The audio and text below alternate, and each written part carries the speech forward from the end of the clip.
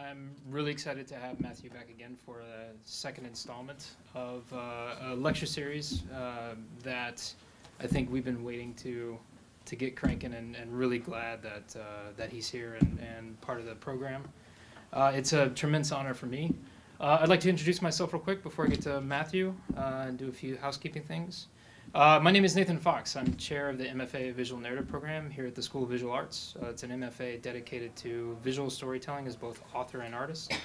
It's a low-res program dedicated to basically the balance and universal language of what happens when creative writing and visual media are equally balanced for the direction of an individual voice. And it's pretty awesome to have some of our students here and you guys joining us this evening. So thank you very much. And very proud to have the And Then 2017 thesis exhibition up at the Gramercy Gallery over on the east side at 209 East 23rd. And we have our open studios at the end of every summer, along with the Lab Print Slam that you all are invited to come check out what the first and second year students are doing, those who have just entered the program and those who are pitching their thesis.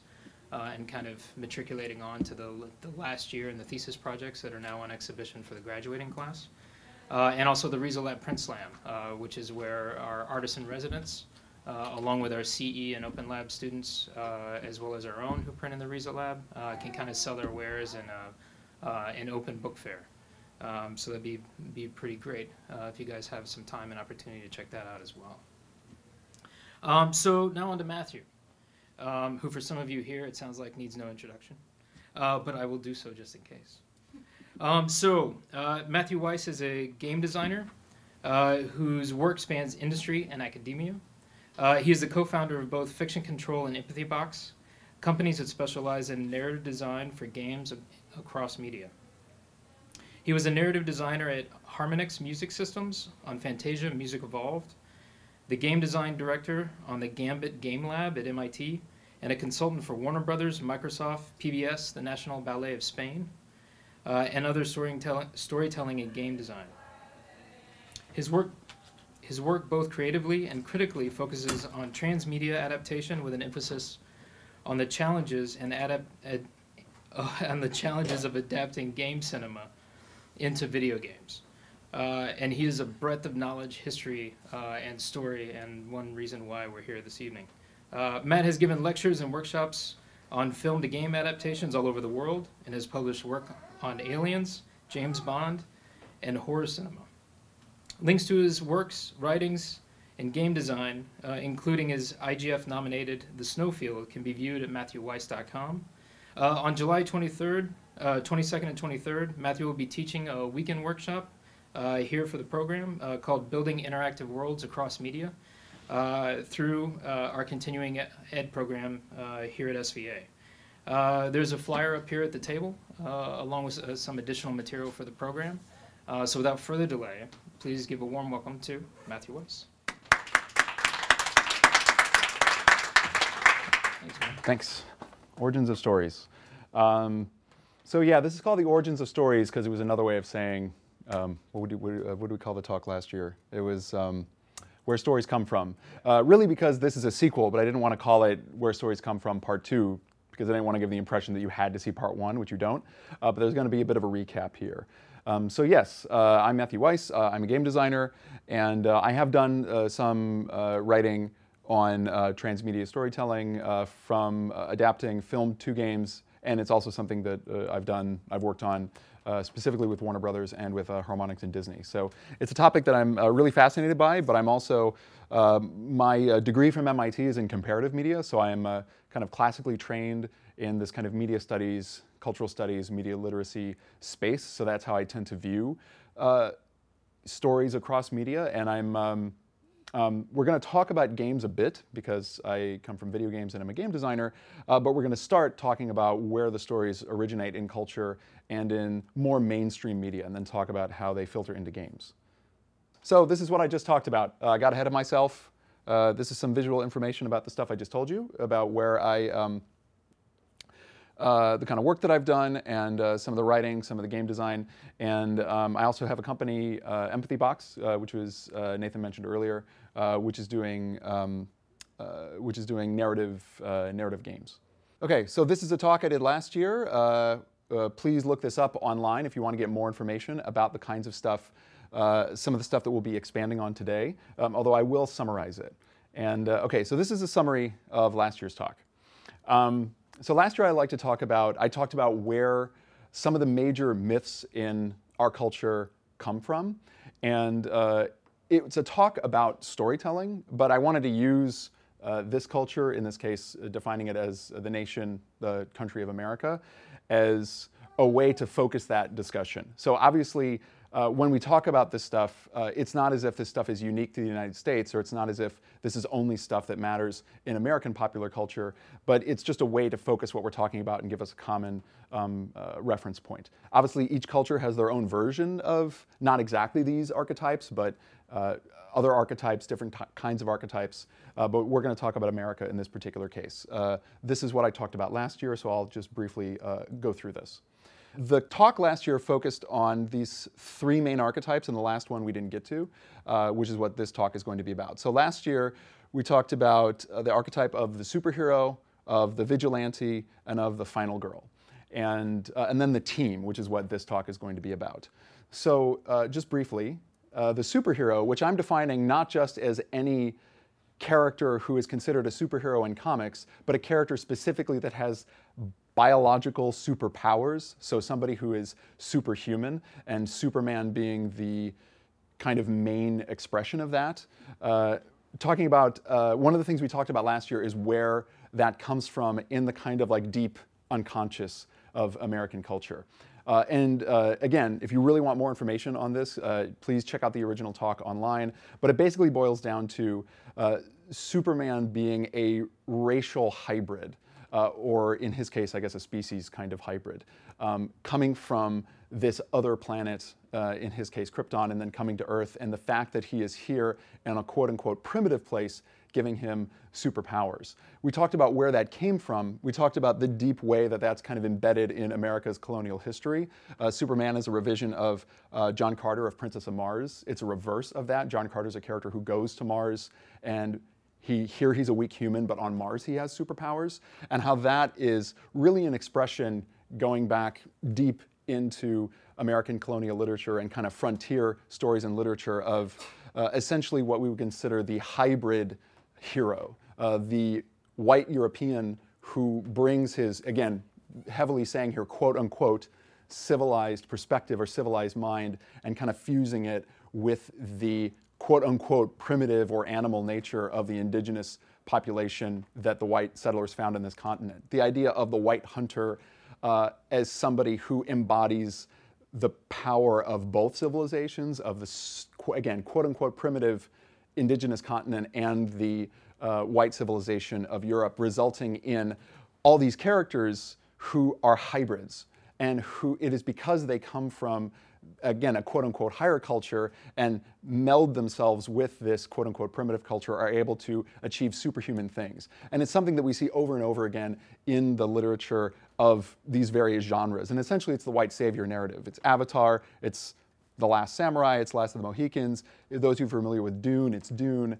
So this is covered more heavily in the other talk. But the important thing to understand here is that this archetype, this character, is born from the idea of the wilderness. It's one of the first ideas that it's one of the first American hero archetypes, going back to Daniel Boone, who was one of the first mythologized American heroes, who is a white hunter hybrid.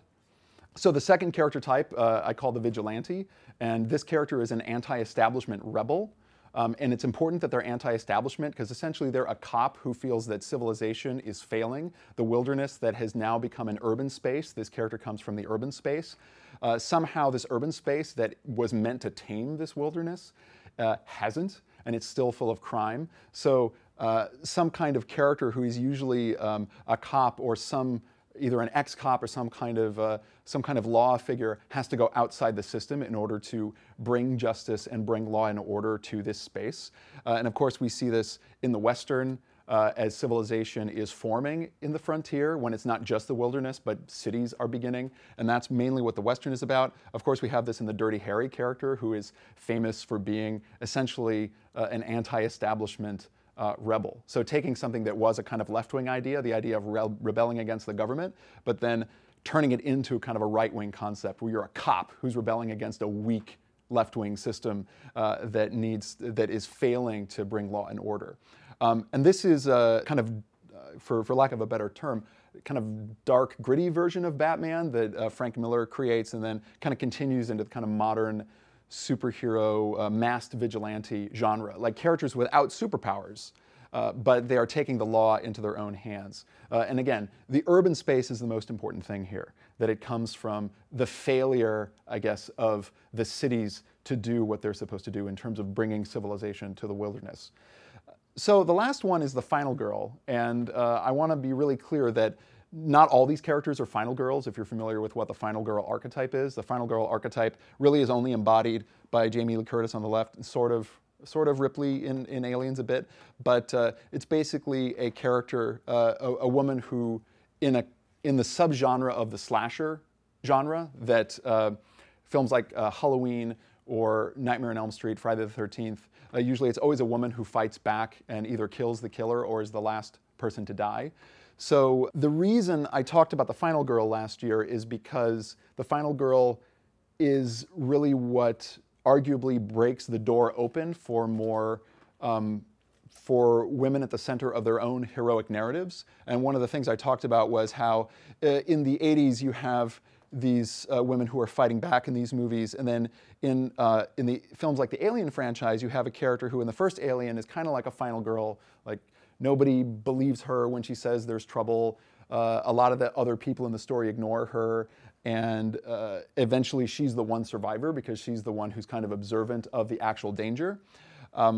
That she becomes a warrior in the second film. And then this is something that throughout the 90s it becomes a jumping off point for these larger kind of hero's journey narratives and stuff like Buffy. Buffy, I wouldn't call a final girl, but Buffy kind of begins from almost a set of final girl conventions. It's kind of nominally horror at the beginning, but really she's a kind of heroic character on her own hero's journey. And then of course today we have characters like Jessica Jones, we have Furiosa, and of course Rey in the new Star Wars movie, who are more fully fleshed out characters who, again, I don't want to say are final girls, but they're kind of thinly connected to this progression. The most important thing about the final girl in terms of the space and the narrative of American colonial civilization is that going back to this genre, they come from the suburbs. So there's this idea of the wilderness generating a particular kind of hero, and then the city generating a particular kind of hero, and then the suburbs generating a particular kind of hero. So we'll get into the implications of that as we go.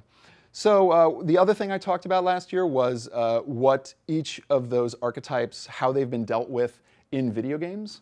And again, go back to the other talk if you want to check, if you want more information about this. But in my view, it's very kind of uneven. There's not really a lot of interesting stuff going on with the superhero archetype in terms of it addressing some of the questions of race and civilization that is inherent in the character and the archetype and the genre. It's a little bit more interesting with the vigilante, although in my opinion, a lot of the games that deal with it kind of sidestep the most interesting issues. For example, almost none of the games that deal with that concept actually involve making moral choices about collateral damage or civilians, which is kind of interesting. And the final girl is a little bit more interesting because there are, again, I think mainly Japanese examples of adaptations of final girl stories that are pretty interesting and faithful to the whole idea of the final girl.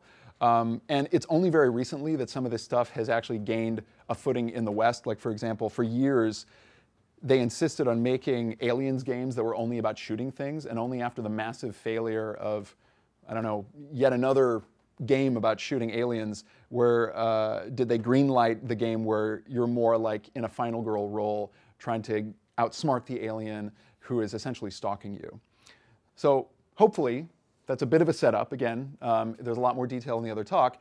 That leads us to the team. And what I want to talk about today, what I want to really unpack is the team, and specifically the progression of how we go from, again, the wilderness to the city to the suburbs, and then what happens when you've, as a culture that is kind of built on this whole frontier civilizing idea, what happens when you kind of run out of space because you've created the suburbs, but you still have all these problems. You try to civilize the wilderness, but there's still violence. You try to civilize, you get the cities, but there's still people being killed. The suburbs aren't safe either.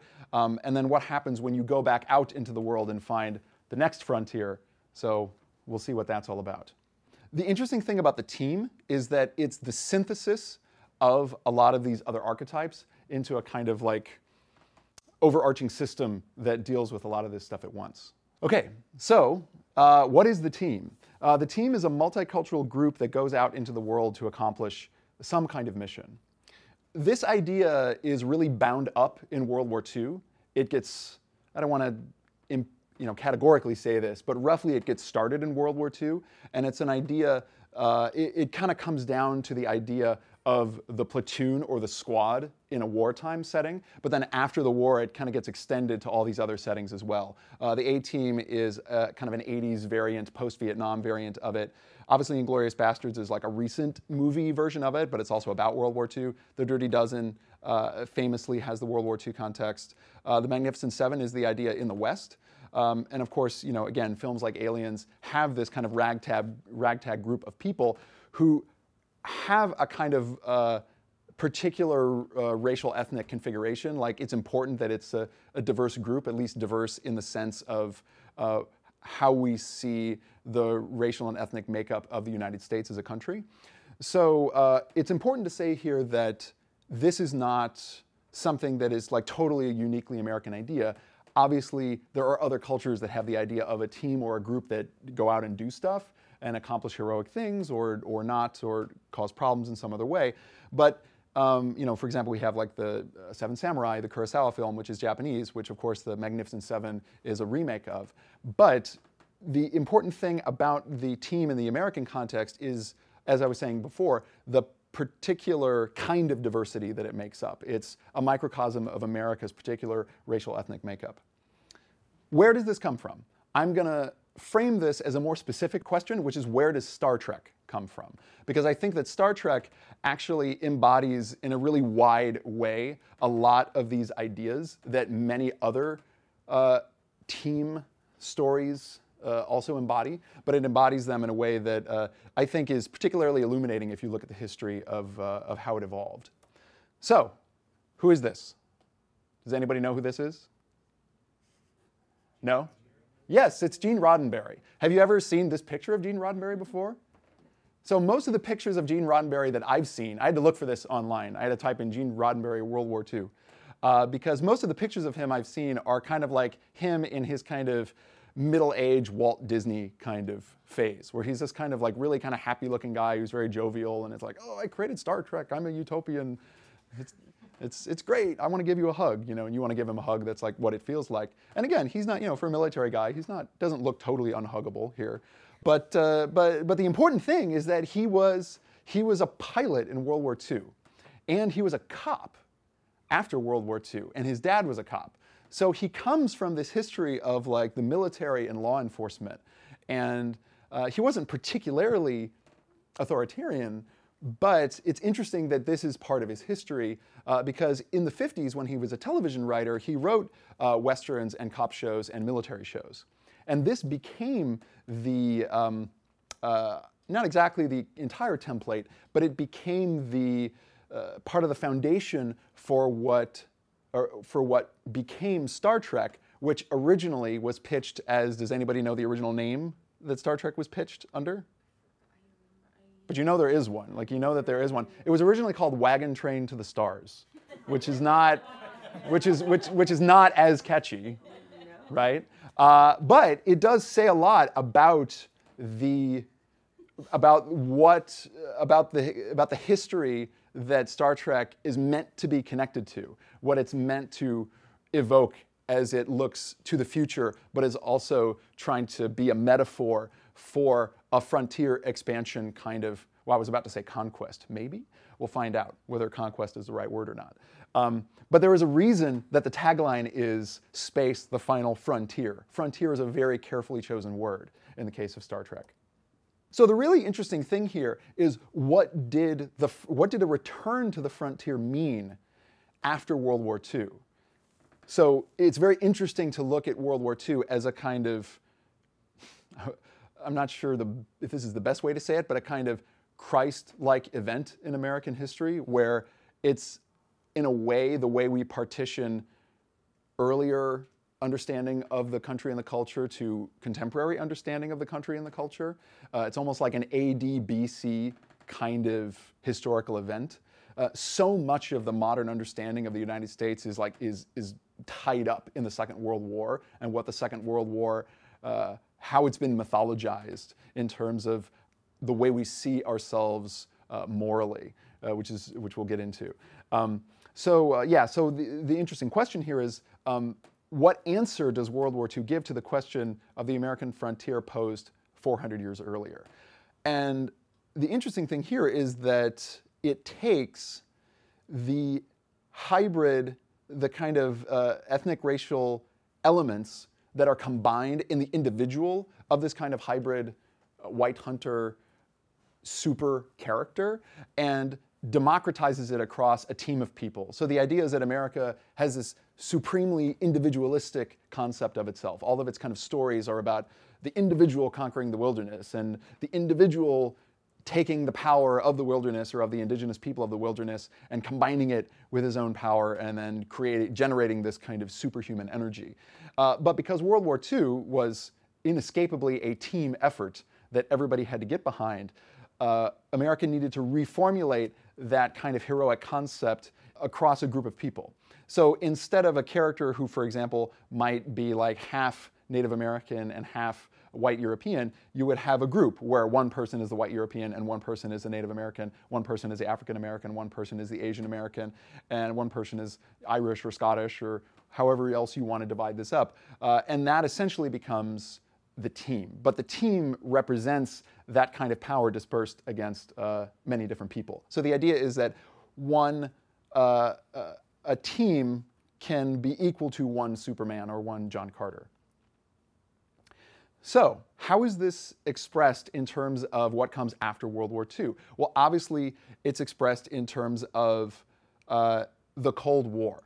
So one of the things that happens after World War II is that America emerges with this idea of itself as being sort of like in this new world. It now has all this power. It's now made this major, it's now a superpower, right? It's made this major statement.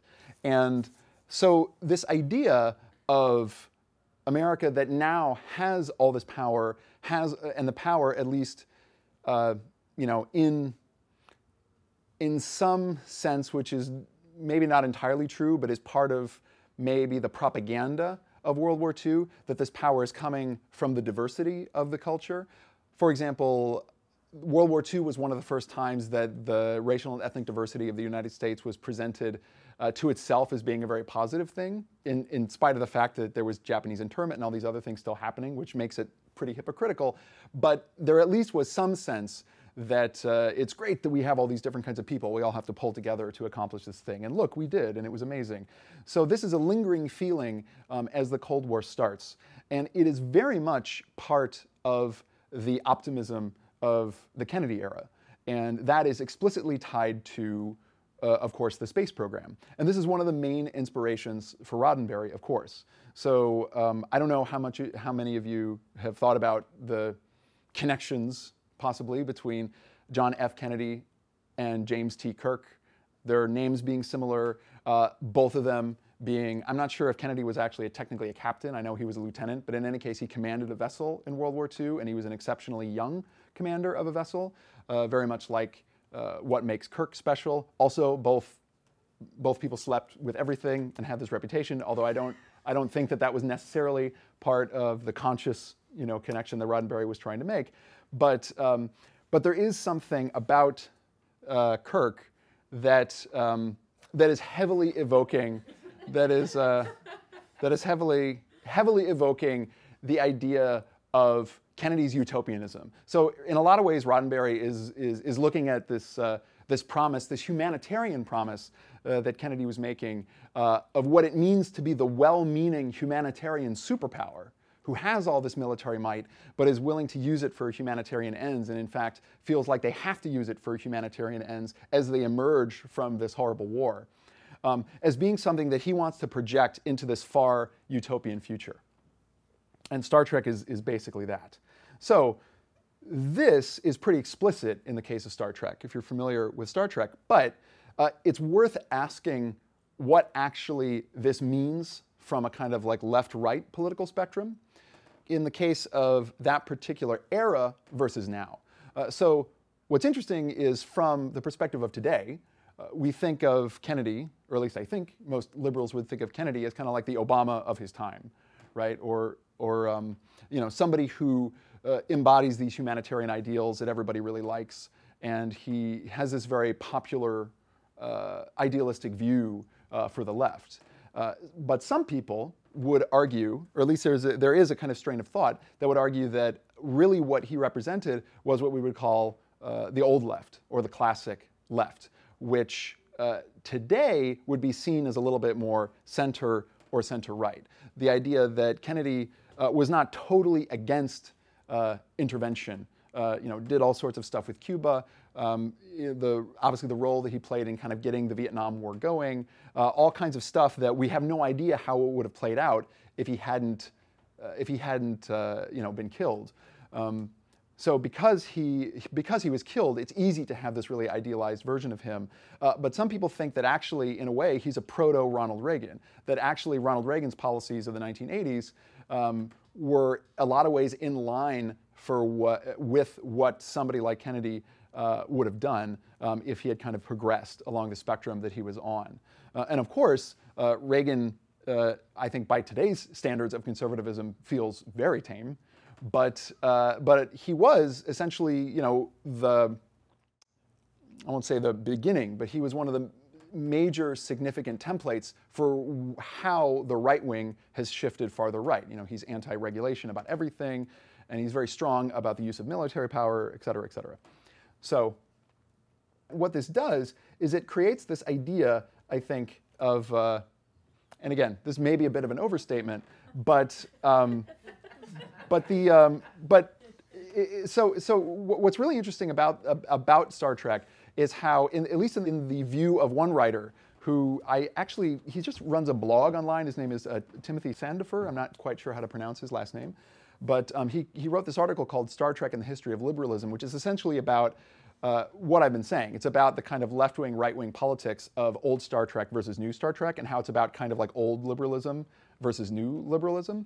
So one of the things he talks about is how, and he doesn't quite have this opinion, but it's a very interesting article because essentially he says that Kirk is decisive, will use interventionist policy, and is willing to force other cultures to be free against their will if they don't agree with what the Federation thinks of as universal, like the universal values of freedom or justice or civilization. So he's not a relativist. He doesn't believe in a kind of relative view of accepting other cultures and their different views unconditionally, whereas this writer criticizes Picard in The Next Generation as being exactly that.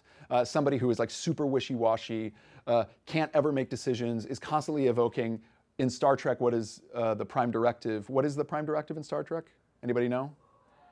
That you're not supposed to intervene with other cultures. It essentially is just like, don't mess with other cultures because that makes you the bad guy and that screws up their own development and their own autonomy as a culture. So if Europe had followed the Prime Directive, we would not be on this continent. So, and this is something that is constantly, it has a fundamentally different expression in these two captains. And of course this writer is like, yeah, and Picard's French, and he's a wishy-washy liberal French guy, and he's not this like manly American dude, which is what Kirk is.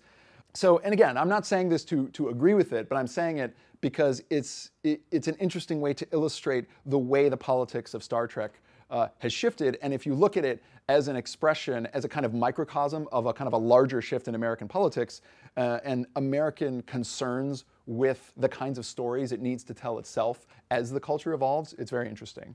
Okay, so as Star Trek progresses, one of the things that happens before The Next Generation, kind of between the original series and The Next Generation, is the 80s movies happen, one of the interesting things about the 80s films is that they're actually they're like a soft reboot, and they're a soft reboot by this guy, Nicholas Meyer. Does anybody know who he is? Nobody knows who Nicholas Meyer is? Nicholas Meyer is the director of this movie that will scare you called The Day After, even though it's a cheesy 80s movie. Does anybody remember The Day After? Yes. Oh my God, people melt in that movie. Like, it's like kind of cheesy, but holy crap. It will scare you, or at least it scares me. That movie is the main reason, that movie is my vision for what would happen if a nuclear war happened. It was a movie that was made in the 80s, and actually he made it right after he made Star Trek II, about an atomic bomb just being dropped on Kansas. And it's like 3 hours of people melting. It is awful. Like, it is just rough. And it was made to scare people. Like, it was basically like, hey, we shouldn't have a nuclear war. No, really, because this would suck. And so he is an East Coast, like, super lefty liberal guy who actually was a novelist and wasn't really a filmmaker. He wrote The 7% Solution. He's basically a nerd, but he's like a nerd he's like a high-class lit nerd. So he writes like fan fiction involving like Sherlock Holmes and Shakespeare and stuff. But because it's Sherlock Holmes and Shakespeare, we don't think of him as like a super nerd, although he's like obviously like a super nerd. So he is like a nerd through and through, but not a nerd for Star Trek. He didn't know anything about Star Trek. And Star Trek, because remember, Star Trek is really big today, but it was watched in the 60s, but it didn't have it took a long time for it to kind of like gain the cultural momentum that it did. The original show was canceled after a few seasons. It kind of lived on in the 70s with some cartoon stuff, sort of. But in the late 70s, in 79, Star Trek the Motion Picture came out, which was like a huge, lavish production. Like, it had a lot of money behind it. But it flopped, or sort of flopped. Like, it didn't make as much money as they thought. It was meant to be a big reboot for like the franchise as a film franchise as opposed to television. And remember, it's post-Star Wars, so everybody's like, ooh, space movies. Oh, Star Trek, people might know that. We'll give that money. Anyway, they gave it money, and it ended up not making a lot of money. So, and it's weird, because I feel like Hollywood would never do this now, but their thought at the time was, hey, well, we should probably make another movie to wrap up Star Trek so it can end properly, but we just won't give that movie any money, and we won't give it a real director, because we kind of don't care anymore. It's like we care enough to make the movie, but not enough to like make it good. It's very strange. A lot of this is coming from the book that Nicholas Meyer wrote. So I'm kind of paraphrasing what he says, but a lot of this comes from this book and the totally fantastic Star Trek II audio commentary with him, which is amazing, which you should listen to. There's a whole like 5 minutes where he's like, this is how you get William Shatner to act. You take 50 takes, and by take 49, he's too tired to overact. And so he's and it's great, and it's why, you know, Shatner's pretty good in Star Trek II. So I could talk about Meyer all day. I love him and think he's really interesting. He's like a super interesting guy who was basically just handed this thing that he wasn't really a fan of, and he got to reinvent it. And because he didn't have a lot of money, he got to be creative in how he reinvented it. And really what he did with Star Trek totally reinvigorated Star Trek. Like, Star Trek is around today because of what he did with Star Trek II. And he talks about this, again, extensively in the book, and he talks about it in this commentary. And a lot of what he did was take the stuff that he felt Star Trek was really about, the military stuff, and put it on the surface. One of the interesting things about Kennedy in the 60s is that you can argue that Kennedy really was, you know, he was a Cold Warrior, like he was a Cold War president, and he was really about trying to contain communism, but he had this really attractive humanitarian gloss that he put on top of it, and that's what everybody remembers about him. And Nicholas Meyer, being the annoying East Coast liberal that he was, intellectual, oh no, was like, you know, he basically looked at the original show and was like, I don't buy this idealism. I don't buy the sheen on top of this. This totally, to me, feels like a military show.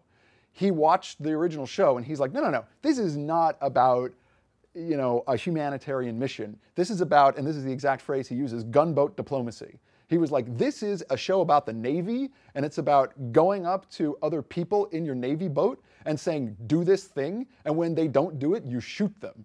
And that is Star Trek. So he is the one who changed the uniforms in Star Trek. This is Star Trek I in 1979, and this is the redesign in Star Trek II. He was basically like, no, no, no, this is a show about the military because the Federation is America, the Federation is America and it's the Navy. This is basically about the UN and NATO.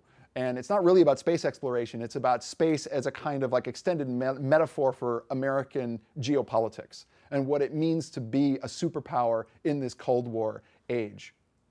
But just going back to this, I want to say one thing. He remains a fascinating character in the history of Star Trek because, as people who are familiar with his work know, he came back to do Star Trek VI. Star Trek VI was, of course, the other Star Trek in the original series that was super political.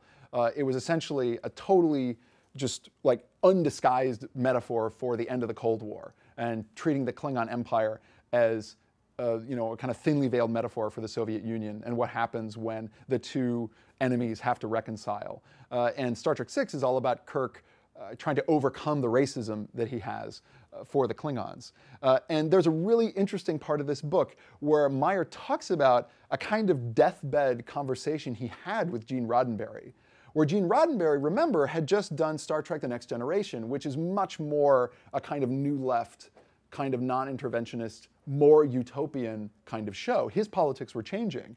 And I think Roddenberry's politics and Meyer's politics are actually the same politics, but I think one of them had a really different idea of how you express those politics. Like, Roddenberry wanted to be just straight utopian. Like, he wanted to portray the future as a future without problems because to him, that's what felt really optimistic. And for Meyer, he was more like, no, no, no, like those problems still have to exist because we have to show how people are still struggling to overcome them. Essentially, this deathbed conversation that he describes is him trying to get Roddenberry to sign off on the idea for Star Trek VI, which is essentially a metaphor for the end of the Cold War. And Roddenberry was just like, no, no, no, we can't have a story about like racism in where the Federation is racist against the Klingon Empire. And he's like, why? And he's like, because there's no racism in the future. There's no racism in Star Trek. And he's like, I mean, again, I'm paraphrasing, but his response basically boils down to him very kindly, because again, he was dying, try to say, dude, have you seen your own show? Like, there's a lot of racism in your show. There's like, I mean, isn't that kind of what your show is about? And again, he's not making fun. I mean, it's funny to describe it in this way, but he's really not making fun of Roddenberry, but he's just trying to describe how his political views and Roddenberry's were very different. And he had essentially been given free reign over Star Trek again in Star Trek VI to define what it was. So what's really fascinating about this is about, again, as I've tried to show, a lot of the disagreements with different people in these different creative positions in Star Trek and with the fan bases as they begin to read the show in terms of the evolving politics of the left and right over the ensuing decades, is it becomes a show about how America sees itself and sees its role in the world post-World War II. And as we get into these conflicts like Vietnam and the Iraq War and the War on Terror and all this new kind of stuff, it's essentially about like, what does it mean to be a humanitarian superpower and what does it mean to follow or not follow the Prime Directive. And I think one of the interesting things about Star Trek that it really struggles with, again, is this difference. Like, how honest are you about this? Can you be military and humanitarian? And this is like the real struggle of the show. It's interesting because I think that it has kept Star Trek in a particular cultural space. I do think it's very telling that when they rebooted Star Trek, they didn't actually update the politics for today the way that, again, there's a whole argument, is Star Wars better than Star Trek? Well, I think Star Wars is better than Star Trek because when they did the new Star Wars, they actually had a black character, a woman as the Jedi, and a Latino dude as, the kind of like main characters. If Star Trek had had that view when they made this movie, when they did the reboot, Kirk and Spock would have been gay, like everybody wants them to be in fan fiction, and Uhura would have been the captain.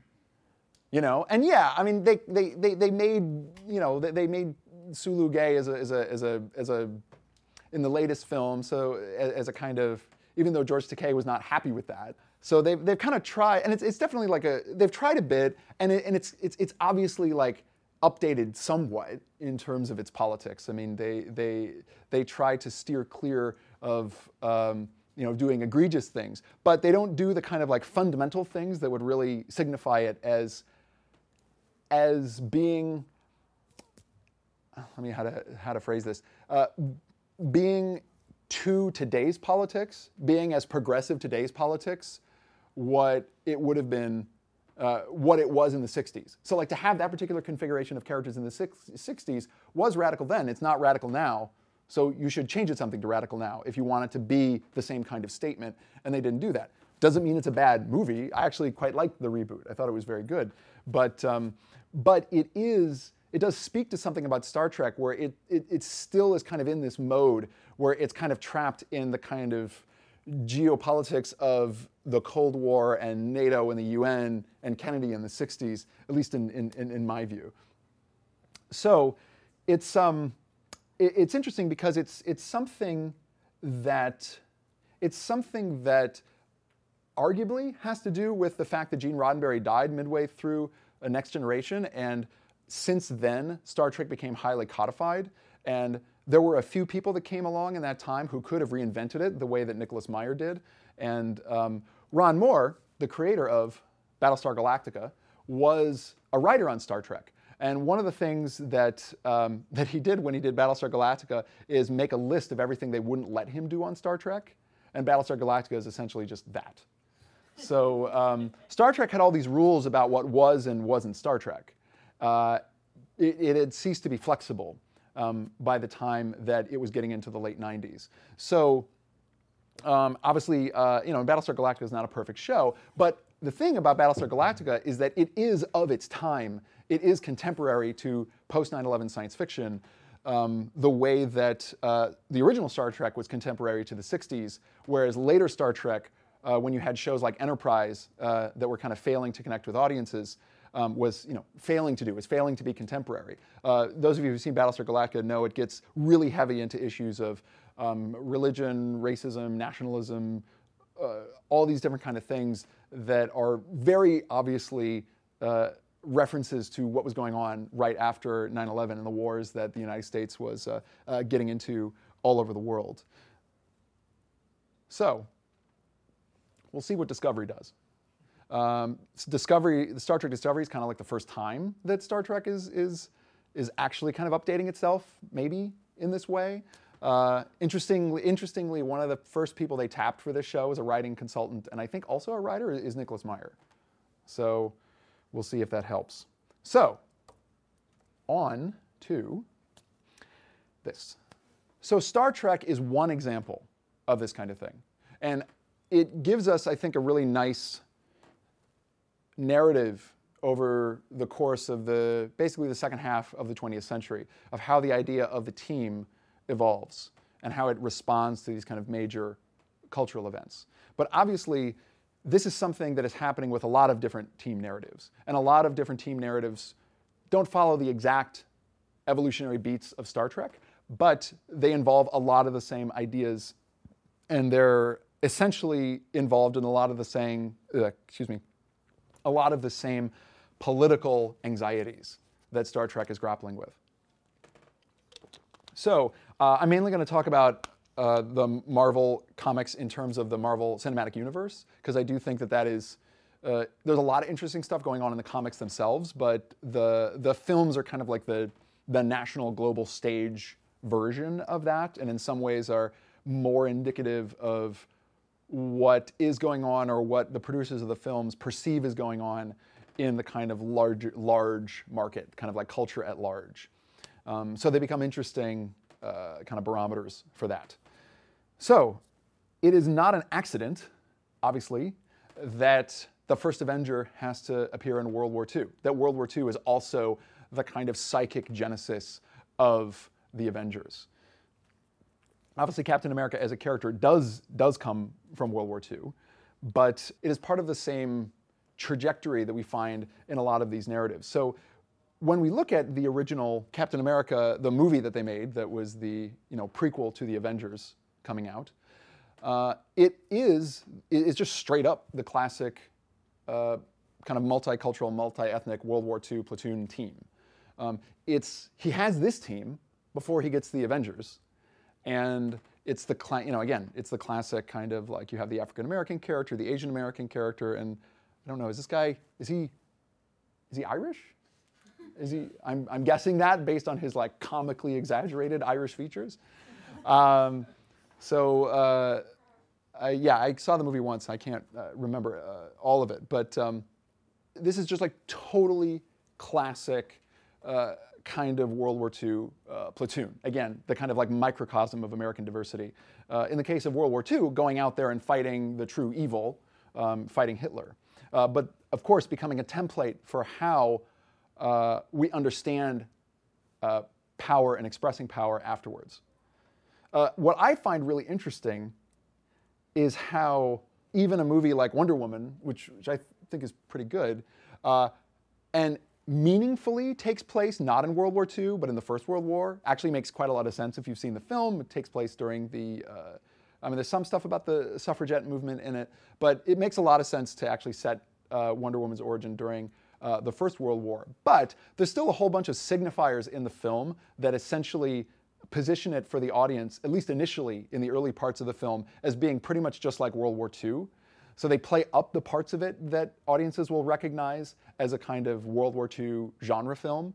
And of course, she has her own team. In this case, it's a little bit more international, but still, the idea of the multi-ethnic team with the kind of white person as the leader of the team is an idea that you find all over the place. So obviously, when we get these superhero teams and put them together, and the idea of the team is something that happens when you combine people of multiple superpowers, you get the kind of the quote-unquote diversity of the multiple superpowers swapped out for what in the original context is the racial ethnic diversity of the United States. So instead of, I guess instead of different races and ethnicities, you have different, powers and characters. There's some difference. Black Widow is Russian, right? And Hulk is a monster. So and Thor is, I guess he's Norwegian. I don't know, but anyway, and I guess it's funny. I'm thinking of, oh my God, Sam Jackson's character. Nick Fury. Yeah, I was thinking of him as Sam Jackson, not Nick Fury. But he's kind of not part of the main team, but he's still somewhat part of the team. But yeah, and of course we see this in Justice League as well. So again, it's kind of like once removed away from the original racial ethnic context of the idea of the team, but it's still there, right? It's still there by proxy. The idea is that the difference is what makes the team powerful. So what's interesting about this, and this goes back to the idea of the Prime Directive from Star Trek, is that all these characters and all these teams are increasingly, and these films really, as franchises, are increasingly obsessed with the idea of collateral damage. So one of the ideas is, and it's funny because in the case of Superman, in the case of Man of Steel, my sense of this is that it's not necessarily intentional. It was more like they read the reviews of the first movie and were like, oh, everybody complained about how destroyed Metropolis was. I guess we'll make the next one about collateral damage. Where it feels, in the case of the Marvel movies, it feels more planned. Like everything in the Marvel movies, I suppose. But it is something that I think speaks to the kind of post-World War II idea of like, what do you do when you have superpowers? What happens when your team goes out there into the world? Are you just perpetuating all the horrors all the kind of colonial and imperial horrors that created that diversity in the first place? So the idea is that white Europeans come to this continent and there's all sorts of horrible genocide and all these different things happen, but they eventually pull it together and apologize and try to make it all work and then gradually accept diversity as part of what makes the country great, and then achieve something amazing, which is defeating Hitler. But then, as you've now become the kind of custodians of world peace, and you're going out and trying to do this again in this kind of new wilderness, which is the rest of the world, are you just doomed to repeat that system? Is there something about you trying to do that out in the world that is just going to keep causing more collateral damage and more genocide, even though you try constantly to be the humanitarian, but you always end up being the conqueror by accident, or the destroyer at the very least? So what's fascinating about this is that obviously in the Marvel films, we see this play out in a pretty explicit manner, where obviously in Captain America's Civil War, the story boils down to the characters just getting into a political conflict about what side of the political spectrum they end up on concerning the idea of collateral damage. It's essentially a movie about the UN and whether or not you should be part of the UN or whether or not you should be like, fuck the UN.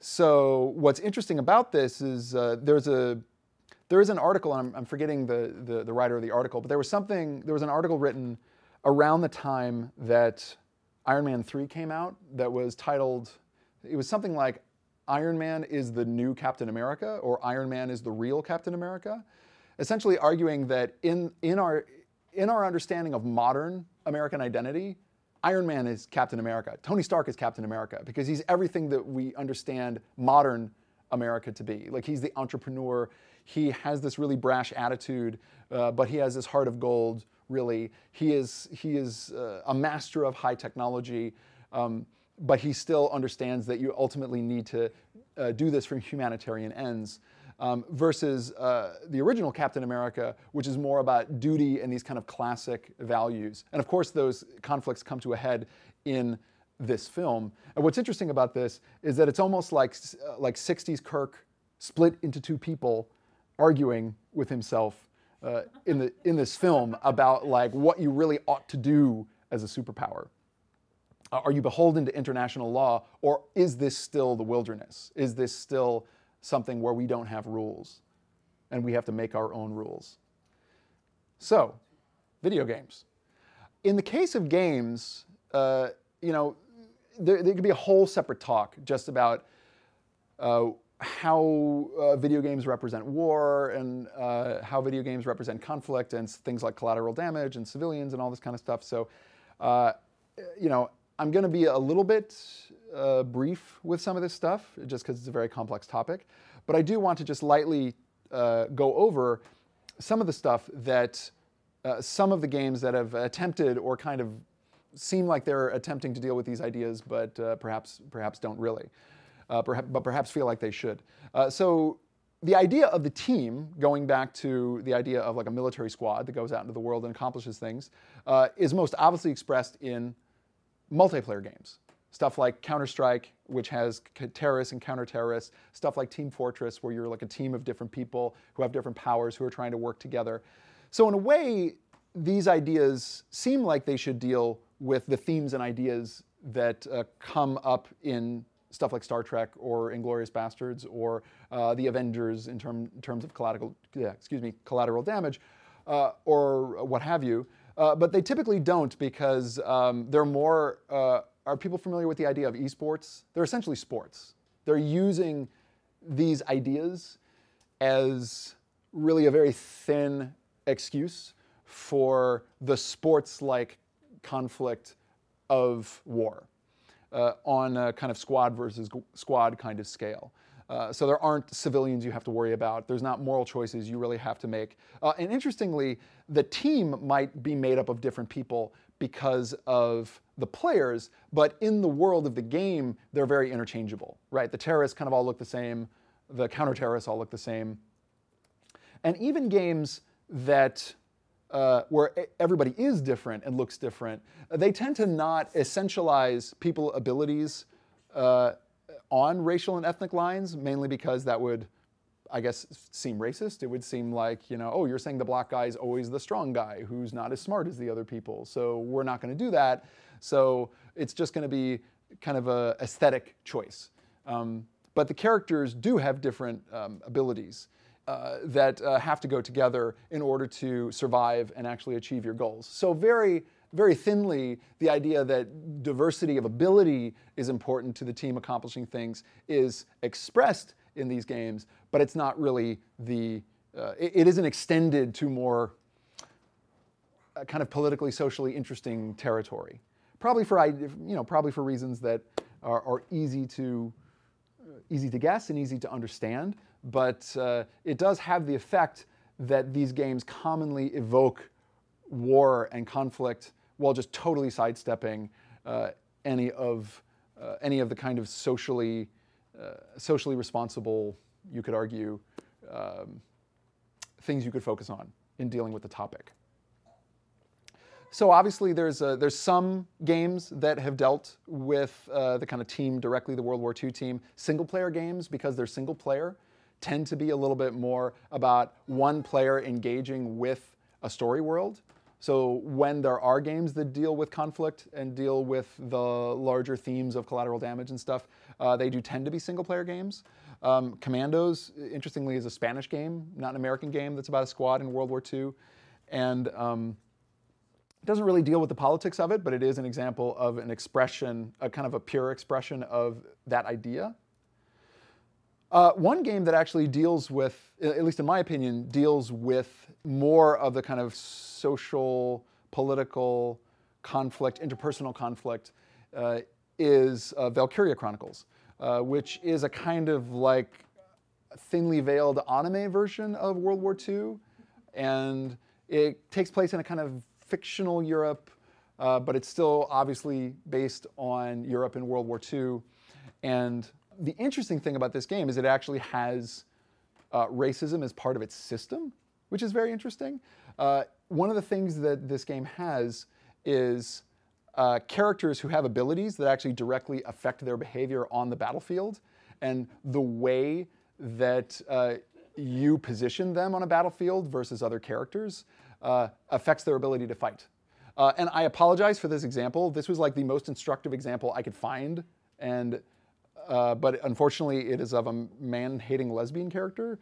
So I apologize for this because I was trying to find a better example, but unfortunately this was like the one that illustrates the system the best.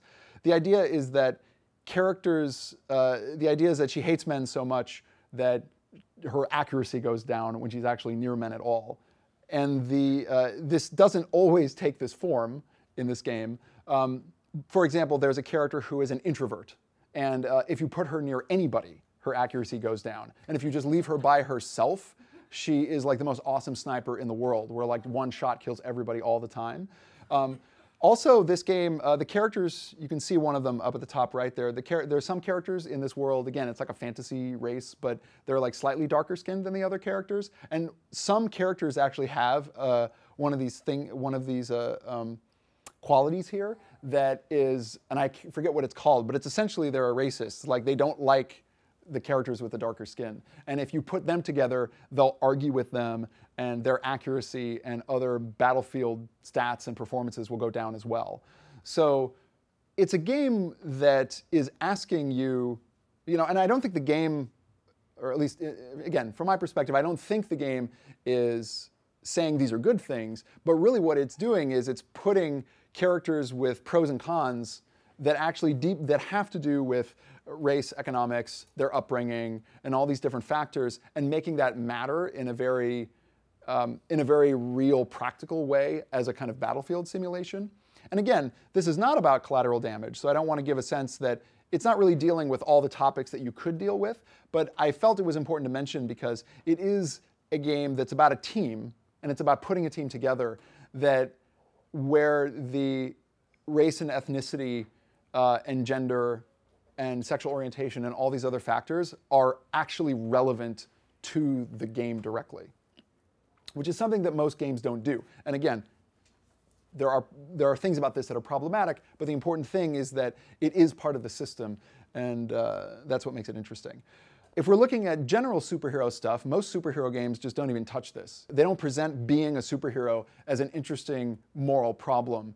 They usually present it as something that is just a cool excuse to beat up people. So it's like, I get to be Spider-Man in this game, I get to be Superman in this game. Star Trek, interestingly, there are not a lot of Star Trek games that actually deal with the idea of the diplomacy aspect of Meyer's gunboat diplomacy configuration. This is the game based on the Star Trek movie that came out in 2009, which is weirdly a game about running around shooting people. And because that's what Star Trek is about, right? And then this is, and it's not that there's never been a Star Trek game that deals more with the tactical aspect, but it typically has to do with like the tactics of space battles by themselves, divorced from the cultural aspect of it, right? It's not about trying to meet other cultures and figure out what they're about. It's more just about, oh, we're going to fight each other now. So one thing I will say is that the series that actually seems to address this in a direct fashion is Mass Effect. How many of you are familiar with Mass Effect? Nobody? Some people? So Mass Effect is a very Star Trek-like game series that's a role-playing game series, so it's about making moral choices. But Shepard, who's the main character here and runs this squadron of futuristic space warriors who go out into the cosmos as police, essentially, military police, and get into all sorts of moral conundrums that the player has to make decisions about. And there is shooting, but there's a lot of talking and a lot of trying to figure out what the right thing is to do and what should you follow a Prime Directive-like attitude in this situation or not. So interestingly, this is something you find a lot with licensed IPs versus original IPs. When you have a licensed IP, because there's often a lot of control over it, it's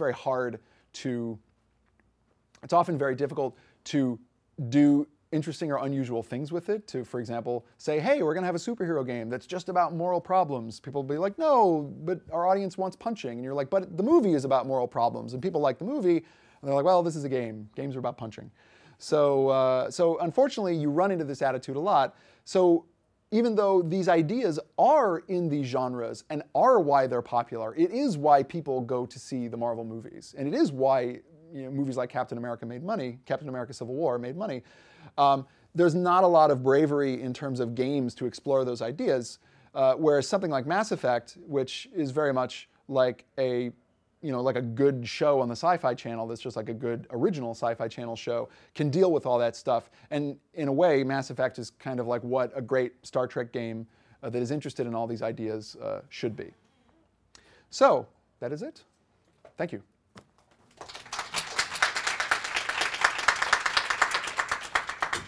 Since most of these rely on nostalgia for a time when most of these players of the games and viewers of the movies have never, ever lived through it, why is it they are not breaking down with the current events of the dysfunction of every single team in the world and populations turning on each other now? When you say breaking down, what are you imagining? All the teams that we know of are quarreling with each other, whether it's the left and the right, the immigrants, the recent immigrants versus the more distant immigrants, the authority. It seems like we have more groups fighting against each other. It seems to be a breakdown of the team ethos. Within political parties, within warring factions all over the world, this all together for one to accomplish a goal seems to have completely gone out with World War II and the space race. There are no big grand goals anymore for teams to play. Well, I mean, I suppose this would be more my view, like I would agree with you, but I think from the perspective of the people perhaps doing the damage, that's not how they see themselves, right? Like one of the major, I mean, what did Bush keep saying about the war on terror? Is that this is World War II. He's like, Osama bin Laden is Hitler, this is World War II, come on, we got to pull together and we got to defeat this guy. He's like, it's just like World War II. Why aren't you believing me? Why aren't you believing me that it's just like World War II?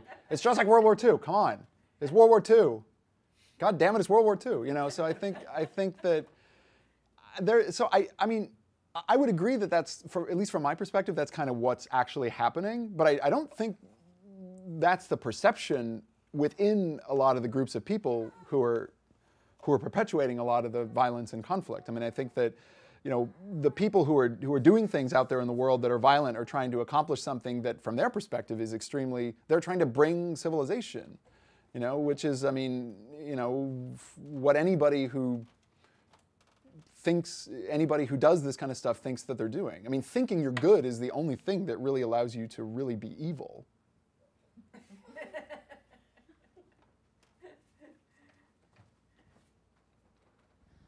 Would you think that this theory of teams would work for something like the Injustice League or the bad guy teams, which we see a lot of, or like? Well, I mean, I guess is that kind of what they tried to do with what was it, the Suicide Squad?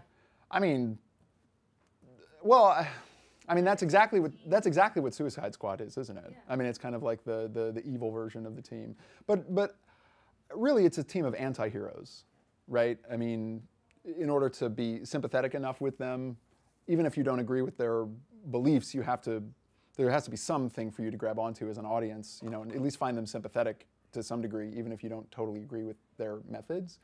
I mean, in a way, Suicide Squad is really, this is actually one of the things I didn't go into, but the Dirty Dozen is dirty because they're bad.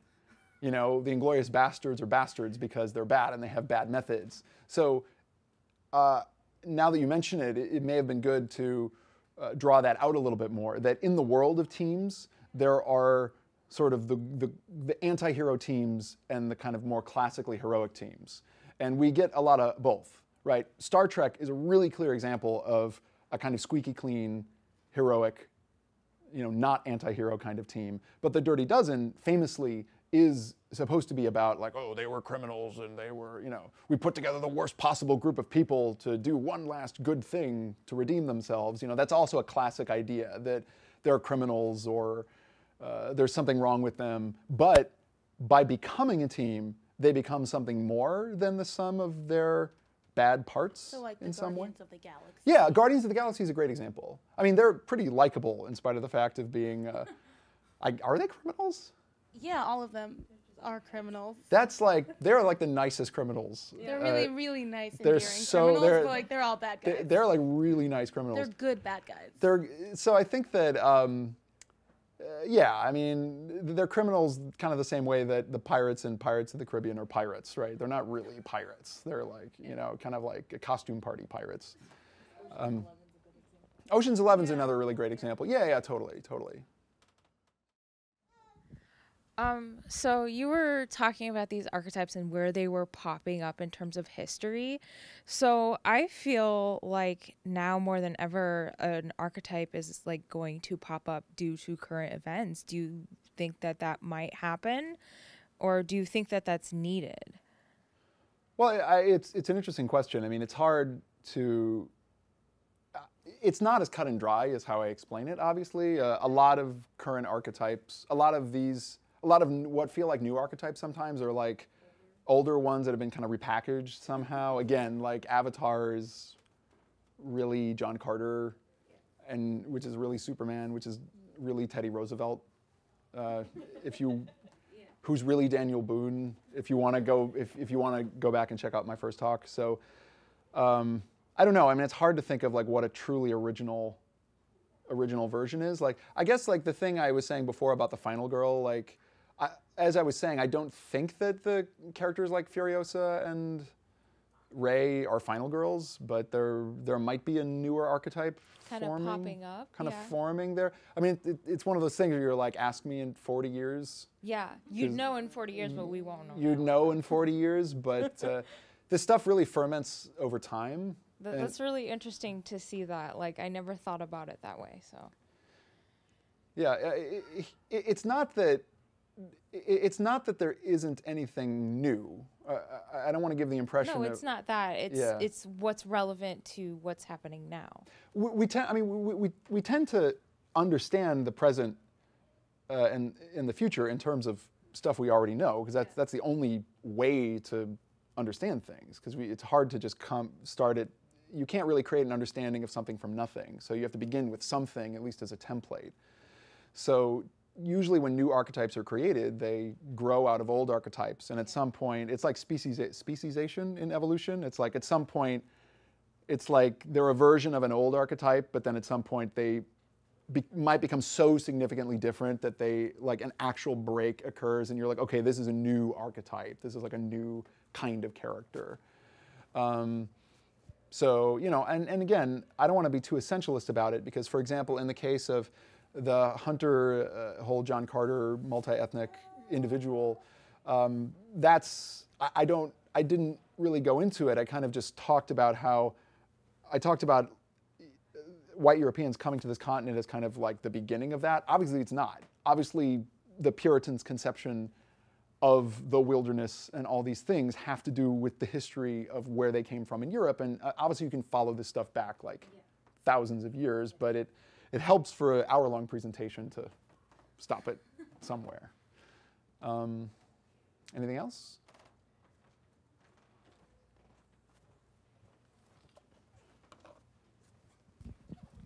There's a lot of games that have no story to it whatsoever, and it's just all about punching and kicking, like you said. And I feel like a lot of times I am forced to play these games because they are the only games that are available to play. Do you feel like that's the case, or is any game trend with storytelling behind it swinging in motion at all? Do you feel like? I do feel forced to play these games too. Some of them are, some of them are, but I do think that there's a stronger trend in games where narrative context matters in a conscious way for the audience and for the creator. I mean, I would say that games where you punch people they still involve ideologies and politics because they always do, right? You can't say like, my game has no politics. It's just that you shoot terrorists all the time and we're in the Middle East, although we won't say what country it is. Obviously that does have a story. The story is I'm going to the Middle East and killing people. And it's not fleshed out in terms of the makers of the game or the audience of the game really wanting to get beyond what that is or get deeper into what that means. But there are lots of games now, at least I think that there definitely is a trend. I mean, narrative games are becoming a lot more, they're just a lot more numerous and a lot more popular. They're easy to find on Steam. There's been a kind of adventure game boom in the indie world. Some big expensive games have tried to deal with some of these topics in interesting ways. Spec Ops: The Line was a game from a few years ago that kind of presented itself as being a shooter. It's like, hey, it's a shooter.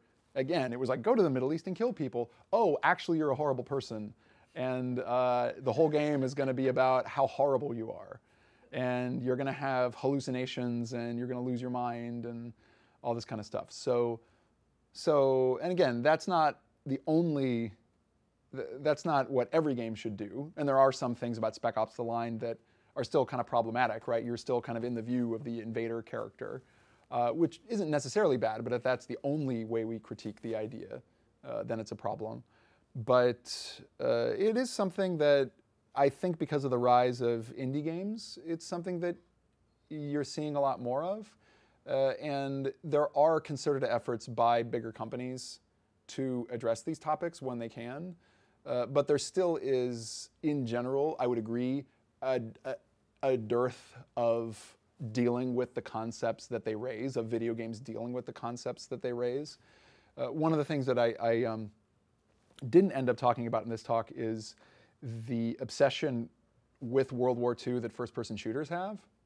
And Call of Duty, if anybody knows that series, their next game is called Call of Duty World War II.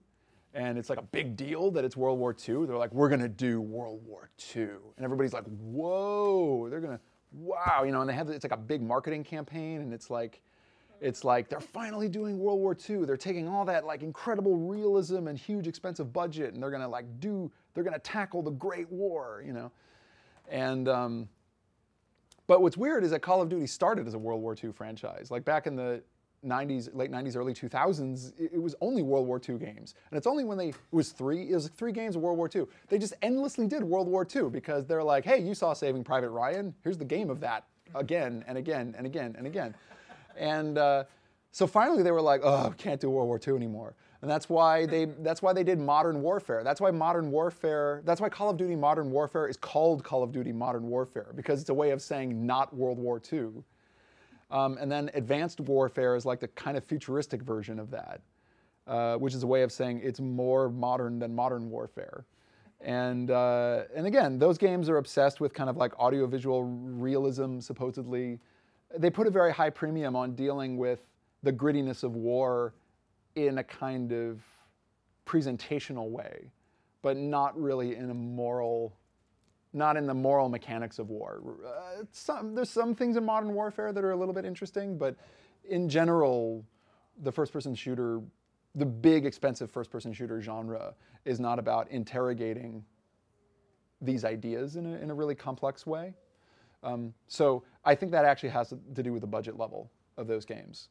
So again, we'll see what they try to do in the World War II game, but I just feel like at that budget level, like, what can you really say about war? Because the game ultimately has to be fun in order to justify that budget level, which is mainly the problem, I think, when you make a war game. There was this game recently, Battlefield. Battlefield is another big franchise that constantly depicts different wars. And again, they started with World War II, which everybody could feel good about, because we all feel good about shooting Nazis. But then when they ran out of, there was like no more World War II left to do, they did Vietnam, and everybody was like, that's weird. Is this really, is this really supposed to be fun?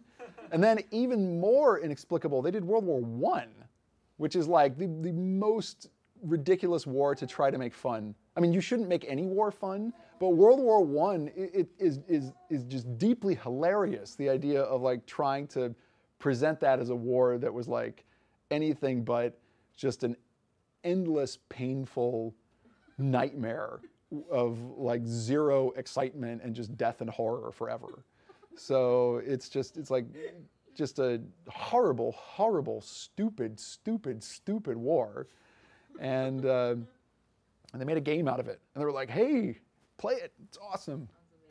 So, I mean, I don't know. I think that there's, for me, it's somewhat of a kind of marketing economics issue as well.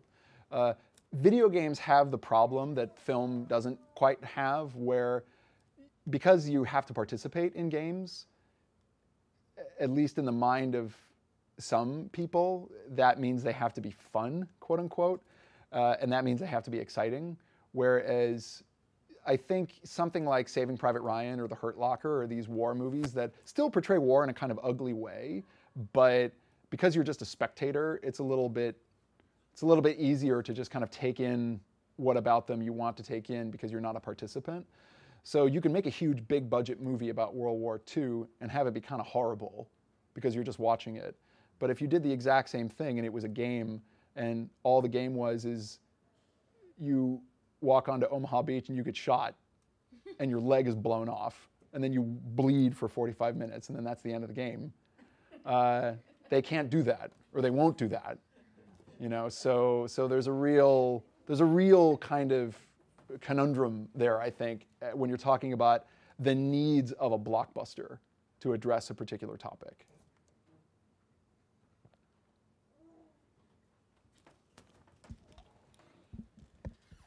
One of the things that you were talking about with the team archetype as it grew out of the post-World War II era, one of the things that kind of I was thinking about that is why do you think that certain team stories that might have been written or were popular before World War II haven't necessarily taken the same kind of hold in our imagination? And I mean, I think it might have something to do with what you were talking about those teams being reflective of diversity in this new world. What teams are you thinking of? I'm thinking about Doc Savage and his Fabulous Five, among others, but that was a big one. Like that was popular enough in the pulp fiction of the previous era, but like nobody really cares about them now. And no, I mean, I don't care about them now, but like I have a colleague who like is a pop culture historian who like, you know, he's obsessed with Doc Savage and can't understand why everyone else isn't. But you know, it's where they have like multi-talents and they're like, you know, there's a strong guy and there's the street smart guy and there's the chemist and there's the gentlemanly guy and you know, and why I mean, I'm just curious, like why haven't it backs everything that you were saying up? I'm just curious why they. Well, wouldn't yeah, have it's taken not like hold, World you War know? II invented.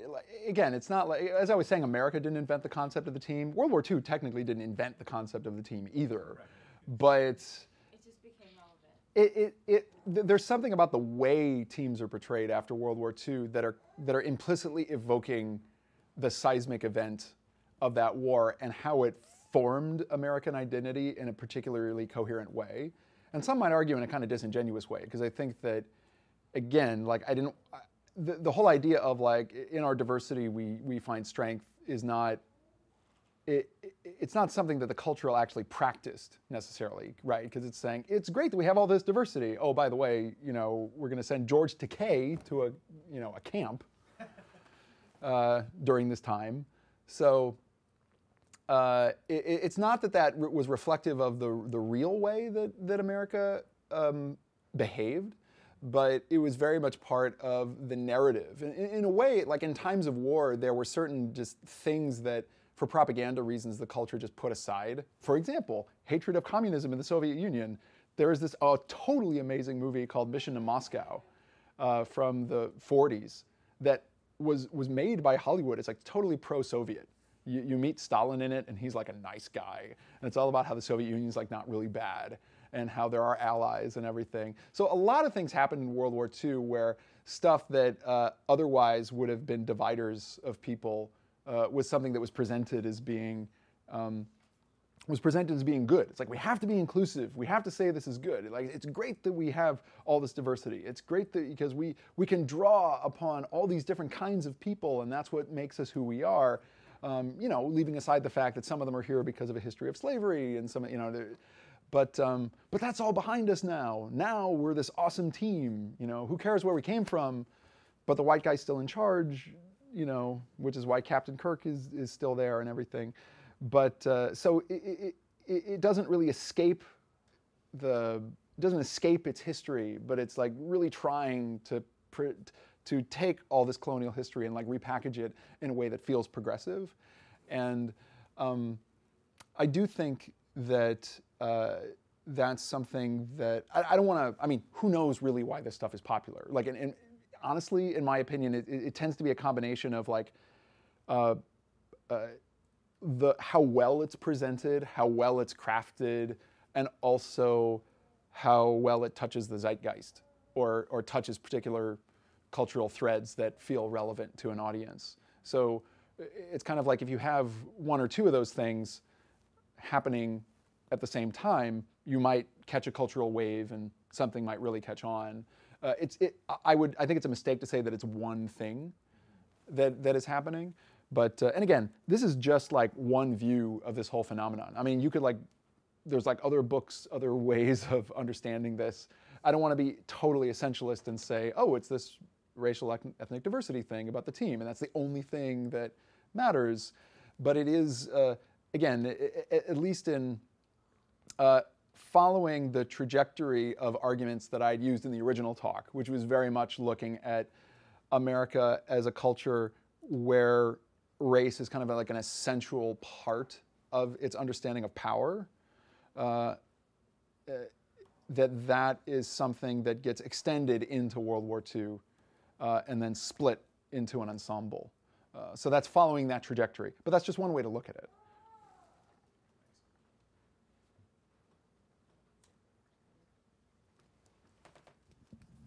I have a sort of similar question to that. Do you know anything about the surge of popularity for The Lord of the Rings when it came out in paperback?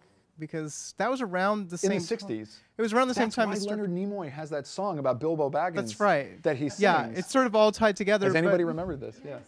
I feel like I've heard some stuff about this. And I was wondering if you've heard more, that it's also kind of related to this diverse team trope. Well, that's true. It's kind of like, it's kind of like fake diversity in the case of like elves and dwarves, because we can't deal with real diversity. Right, but it's like we get one person from over here. Exactly. Well, no, the Fellowship is totally, and I can't believe I didn't put it here now. Like the Fellowship is totally a team, right? They're like a team in the context of Middle Earth, where it's like you're like 0.001% like white in a different way than me, so I hate you, kind of a thing.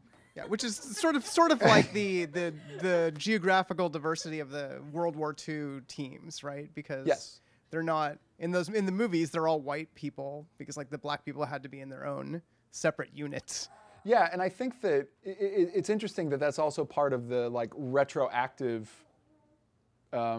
sort of liberal projection of what's going on in World War II, because, and I really should have looked into this a little bit more, but yeah, were there racially integrated units in World War II? Or No. was it, there were not at There all. there was one Asian American unit, and there were black units, and Yeah, then yeah, okay. That's basically That was my understanding. I mean, that was my thought, but when you look at the presentation of the idea post-World War II, those things are integrated, right? right. And actually, the example that you gave from in Captain America, I think they excuse it by having them in a sort of in an anti-hero team way, all be in prison. Yeah. They're all in prison, right? And then they're like, I'm from this unit. Oh, I'm from the Japanese American unit. exactly. I'm actually an Italian guy. Yeah, Like, that's the only way. French guy, right? But that's Not the only way the kind of Roddenberry-esque idea of diversity can get justified in the actual context of World War II happening in the 40s, because it's true. I mean, so when I say that the team is a microcosm for the whole country, it's really like a microcosm for like the whole army representing the whole country. It's like, yeah, they were not mixing the units, but the fact that they had the different units was important to the propaganda effort. And it's true, like I was looking for this in the propaganda posters, but there were propaganda posters showing kind of, for the time, surprisingly not racially exaggerated African Americans in a kind of like, look at him fighting for the country. But it's black people with other black people in the propaganda posters. And it's not like an actually racially diverse team. But no, I think that's super fascinating. So I guess my question is, have you seen anything about the popularity? So Tolkien came up with the Fellowship in like the 30s, right? Yes. But it didn't get popular in the United States until this exact period you're talking about. So I was just wondering whether you've run across... Yeah, there definitely is a whole... I mean, I think I know about it probably about as much as you do on the topic. So it's... I haven't looked into it, but it is part of the whole, like... There was a whole bunch of weird stuff going on in the 60s with like cultural appropriation and rediscovery of things.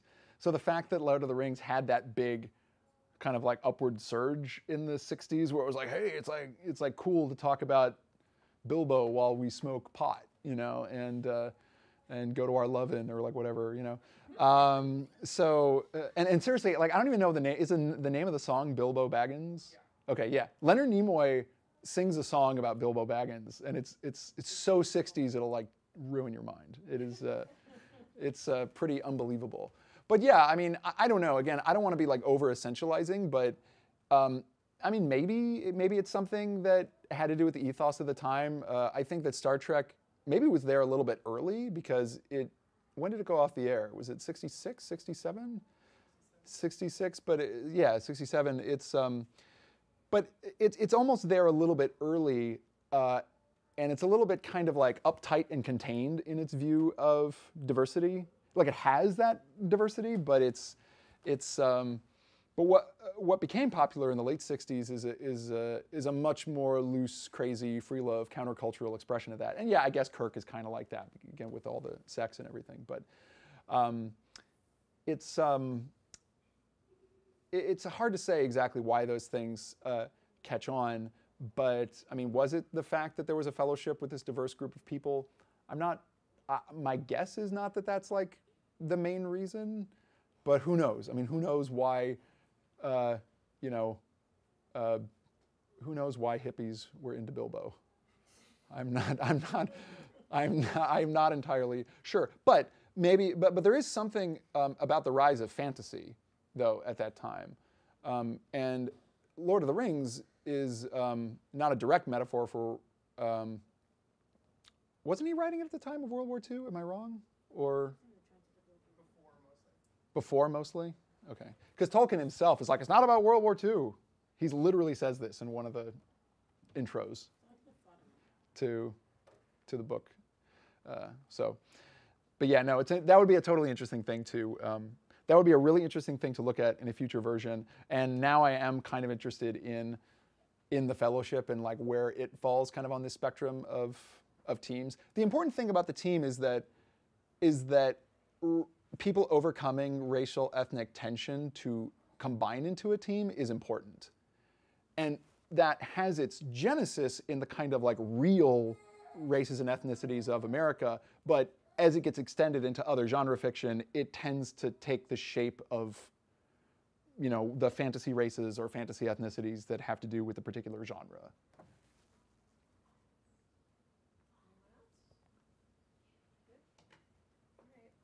Well, thank you, Matthew. It was fantastic, as always. Thank you.